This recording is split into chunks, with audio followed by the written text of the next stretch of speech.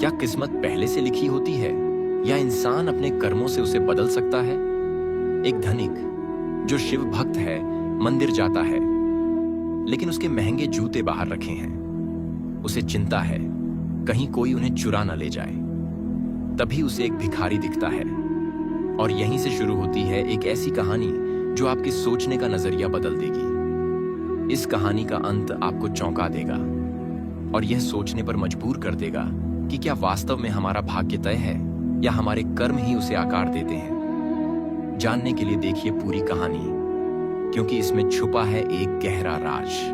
कि एक धनिक शिव भक्त शिवालय जाता है, पैरों में महंगे जूते होने पर सोचता है कि क्या करूं। यदि बाहर उतार कर जाता हूं तो कोई उठा ना ले जाए और अंदर पूजा में मन भी नहीं लगेगा। सारा ध्यान जूतों पर ही रहेगा। उसे बाहर एक भिखारी बैठा दिखाई देता है। वह भिखारी से कहता है, भाई मेरे जूतों का ध्यान रखोगे? भिखारी हां कर देता है। अंदर पूजा करते समय धनिक सोचता है कि हे प्रभु, आपने यह कैसा असंतुलित संसार बनाया है। किसी को इतना धन दिया है कि वह महंगे जूते पहनता है, तो किसी को अपना पेट भरने के लिए भीख तक मांगनी पड़ती है।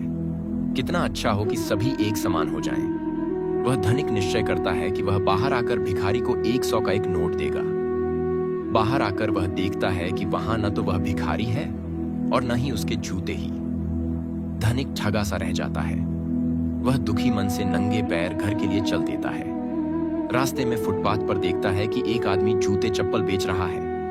धनिक चप्पल खरीदने के उद्देश्य से वहां पहुंचता है, पर देखता है कि उसके जूते भी वहां रखे हैं। जब धनिक दबाव डालकर उससे जूतों के बारे में पूछता है, तब वह आदमी बताता है कि एक भिखारी उन जूतों को 100 रुपए में बेच गया है। धनिक वहीं खड़े होकर कुछ सोचता है और मुस्कुराते हुए नंगे पैर ही घर के लिए चल देता है। उस दिन धनिक को उसके सवालों के जवाब मिल गए थे।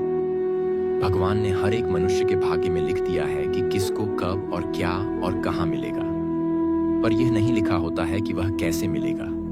यह हमारे कर्म तय करते हैं। हमारे कर्म ही हमारा भाग्य, यश, अपयश, लाभ, हानि, जय, पराजय तय करते हैं।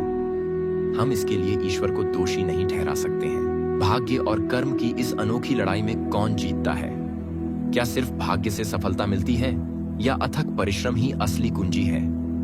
यह प्रेरणादायक कहानी आपको दिखाएगी कि कैसे एक साधारण इंसान ने अपनी मेहनत और दृढ़ संकल्प से अपनी तकदीर बदल डाली। एक ऐसी कहानी जो आपके अंदर नई ऊर्जा भर देगी। देखिए और जानिए कि आपकी सफलता का असली राज क्या है। पुराने समय की बात है। एक छोटे से गांव में रामू नाम का एक किसान रहता था। रामू बहुत परिश्रमी और मेहनती था।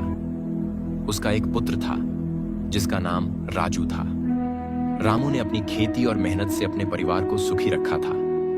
राजू अपने पिता की तरह मेहनत करने से कतराता था और आराम में जीवन बिताने की चाहत रखता था। एक दिन रामू ने महसूस किया कि वह बूढ़ा हो रहा है और अब खेती का सारा भार उठाने में सक्षम नहीं है। उसने राजू को खेतों की जिम्मेदारी सौंपने का निर्णय लिया, लेकिन राजू को खेती की कठिनाइयों का ज्ञान नहीं था और उसने खेती का काम करने से इनकार कर दिया। उसने कहा, पिताजी, मुझे यह कठिन काम नहीं करना है। यह मेरे बस की बात नहीं है।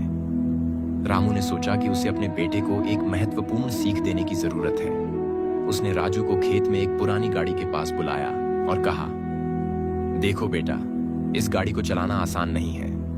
इसके पहिए पुराने हो गए हैं और यह चलने में कठिनाई पैदा करती है। अगर हम इसे चलाना चाहते हैं तो हमें इसके पहियों को ठीक करना होगा। रामू ने राजू से कहा, तुम इस गाड़ी के पहियों को बदल दो और फिर इसे चलाने की कोशिश करो। राजू ने पहियों को बदलने का काम शुरू किया और उसे बहुत कठिनाई हुई। उसे पसीना आ गया, हाथों में छाले पड़ गए, लेकिन उसने हार नहीं मानी। आखिरकार उसने पहियों को ठीक कर लिया और गाड़ी को चलाने में सफल हुआ। रामू ने कहा, देखो बेटा, यह गाड़ी हमारी खेती की तरह है। अगर हम इसे सही तरह से देखभाल नहीं करेंगे और मेहनत नहीं करेंगे तो यह नहीं चलेगी। लेकिन जब तुमने प्रयास किया और मेहनत की तो तुमने इसे चलाने में सफलता पाई। राजू ने अपने पिता की बात को समझा और खेती के काम को गंभीरता से लिया। उसने मेहनत शुरू की और धीरे धीरे खेती में सफलता प्राप्त की। वह अपने पिता के नक्शे कदम पर चलने लगा और उसकी मेहनत ने उसके जीवन को बदल दिया। पूरा वीडियो देखने के लिए आपका धन्यवाद। चैनल को सब्सक्राइब करें और वीडियो को लाइक करें।